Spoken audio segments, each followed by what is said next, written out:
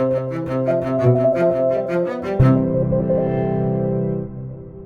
everyone, Timothy Ferris here with a few words about progress.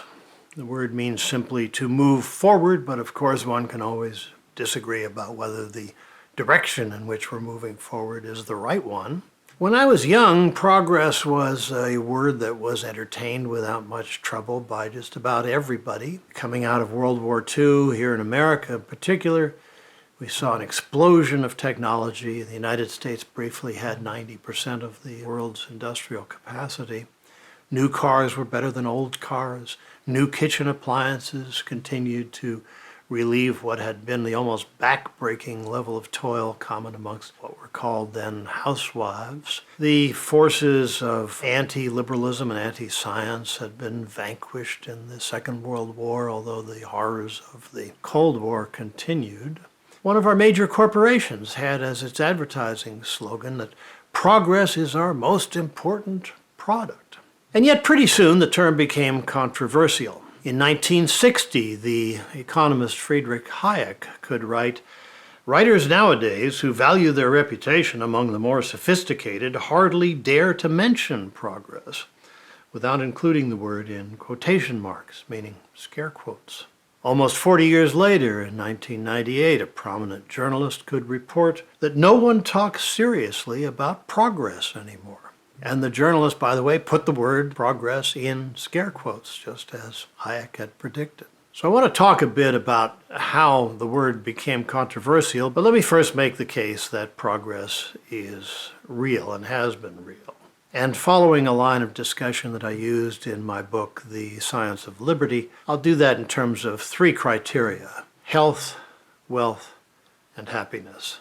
Let's start with health. As late as the year 1800, half of all humans were dead before reaching the age of 30. And that had been true for more than 1,000 years before that. By the year 2000, the median life expectancy of the human species had more than doubled to age 65. By 2020, it was up to 73 years of age. Much of this progress was due to science and technology, to developments in medical science, with particularly the sterilization of operating rooms so that patients didn't die of sepsis, and the huge number of young women who used to die just routinely giving birth to children was cut substantially. Public health measures like identifying the source of toxins in water supplies and the selling of bad meat contributed as well. Also contributing to better health was the fact that humans were better fed than ever before. During just the last 40 years of the 20th century, global food production per person, even though the population was rapidly increasing, grew by more than 50%.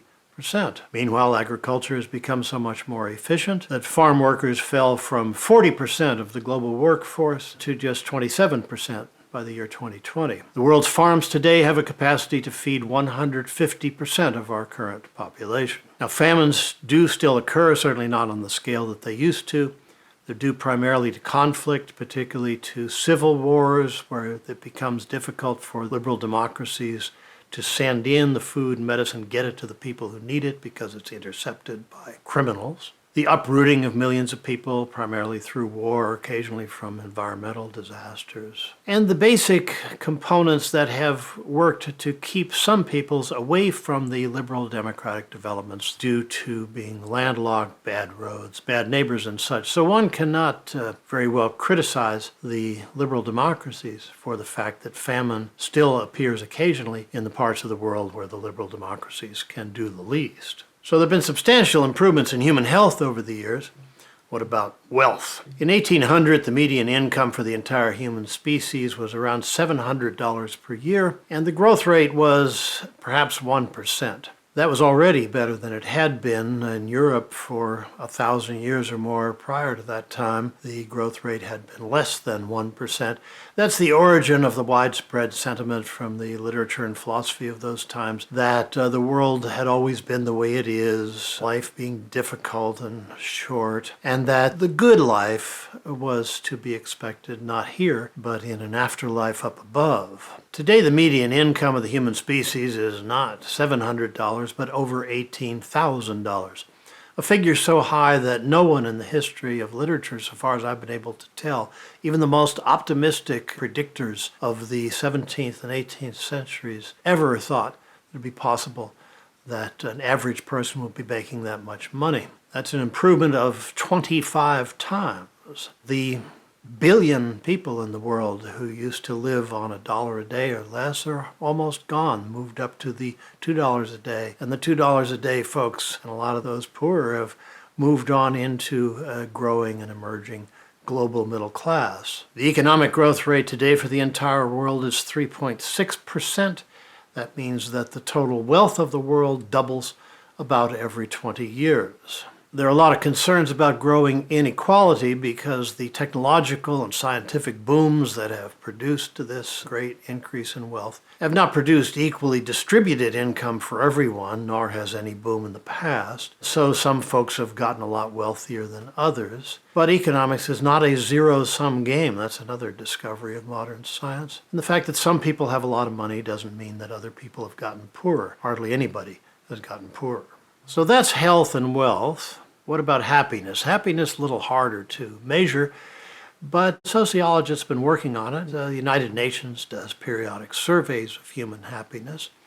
You find some interesting things. First of all, good government certainly does promote happiness. People in the liberal democracies are happier with their forms of government than those in the other countries. Health contributes. It's much happier to not have half your children die before reaching adulthood. And wealth, although here the sociologists found something interesting, that more money does make you more happy, but only up to a certain point, which is around that of the median income, the middle class in the wealthier countries. In other words, it makes a family happier to have a decent home, to have enough to eat, to have a little bit of savings so that they're not constantly worried about financial disaster. But that only works up until you've solved those problems. After that, having more money may appeal to some, allows you to do more things, but doesn't register much on the happiness index. So in short, I think that a good case can be made that there really has been progress in most or all of the important areas of human existence. And this development can be traced back to what are sometimes called Enlightenment values, but are really more Enlightenment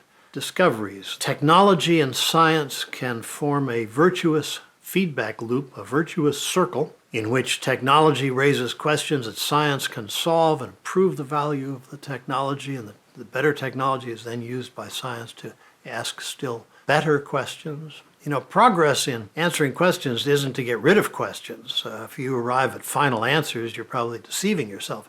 It's to improve the quality of the questions. And the critics who say that there's no such thing as progress or that we haven't attained it tend also to be critics of Enlightenment values. And they are, as Friedrich Hayek said, sophisticated people, meaning primarily academic intellectuals. Now, I love colleges. I've taught at 4 universities. I've been a professor at 3 of them. I'm crazy about college, but we do have to face the fact that colleges, dating all the way back to their founding with the discovery in Europe of the works of Aristotle, have been deeply conservative, and that college administrators and many college academics tend to look backward to values that they can count on and that they know that they can teach to their students because it's been done already, and less forward. And this is particularly true in the humanities, and a lot of the reaction has come from humanities professors reacting against the rise of science and technology and the fact that the shiny new buildings on campus tend to be devoted to science rather than to these older fields, which are still valid, but which now have to compete with dynamic new areas of learning and invention and discovery. The conservative nature of universities disturbed a lot of the founders of science, liberalism, and democracy, who, when they got to college all full of these new ideas, would discover that the medical department was teaching medicine from a book that had been written more than 1,000 years before. The philosophy department was teaching philosophy from another book that was more than 1,000 years old. The academy had become airless, and outside it, the scientific revolution was getting underway. It's worth keeping in mind, you know, that the powerful men who refused to look through Galileo's telescope back in the early 17th century, saying that it could only produce optical illusions, that if Galileo thought he was seeing moons circling Jupiter, that was just an illusion. In They thought there were craters on the moon. That was an illusion too, because the great Aristotle, who we were still teaching here at the schools, had said otherwise. Those people weren't priests predominantly. They were university professors. When the National Socialists rose to power in Germany, book burnings began. You may have seen films of these bonfires of forbidden books, books being thrown into the flames. Those book burnings began and continued largely on college campuses and to some degree in the schoolyards of the elementary and high schools, where school administrators and some of the faculty members participated in defense of a closed system of belief, because these systems cannot expose themselves to a verdict of experiment.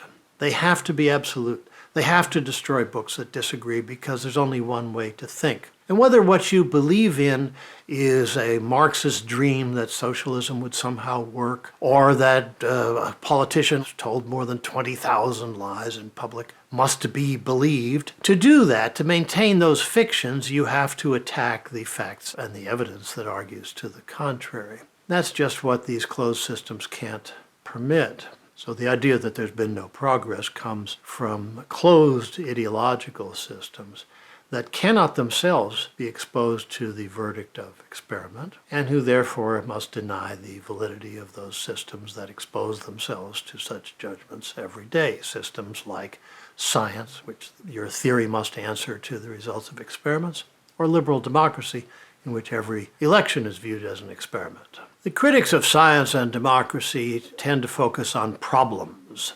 Don't we have problems? Well, sure we do. People worry about overpopulation, although the science behind the claim that having more people is automatically a bad idea is not very solid at all. In any event, the birth rate of the entire human species is dropping substantially thanks to the emancipation of women and to the fact that the majority of people now live in cities and have smaller families. And of course, we have environmental problems. Global warming is one of the greatest difficulties that humans have yet faced. But the point is that any living creature and any organism made of living creatures, such as a society, will always have problems. The answer is not to pretend the problems aren't there. My father was born in Ireland. In Ireland, the government made the mistake of contracting with the church to take care of embarrassing problems like young women who got pregnant out of wedlock. They were sent to places run by the church, which would take care of this problem so we didn't have to discuss it. What they ended up doing largely was practicing infanticide. Horrors like this occur when you try to hide problems.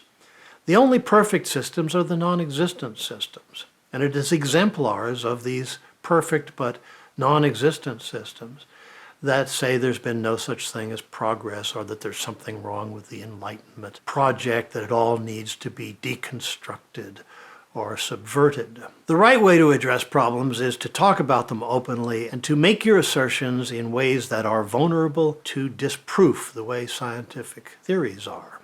If we all could do that, that would be progress. Hey, thanks for listening. See you next time.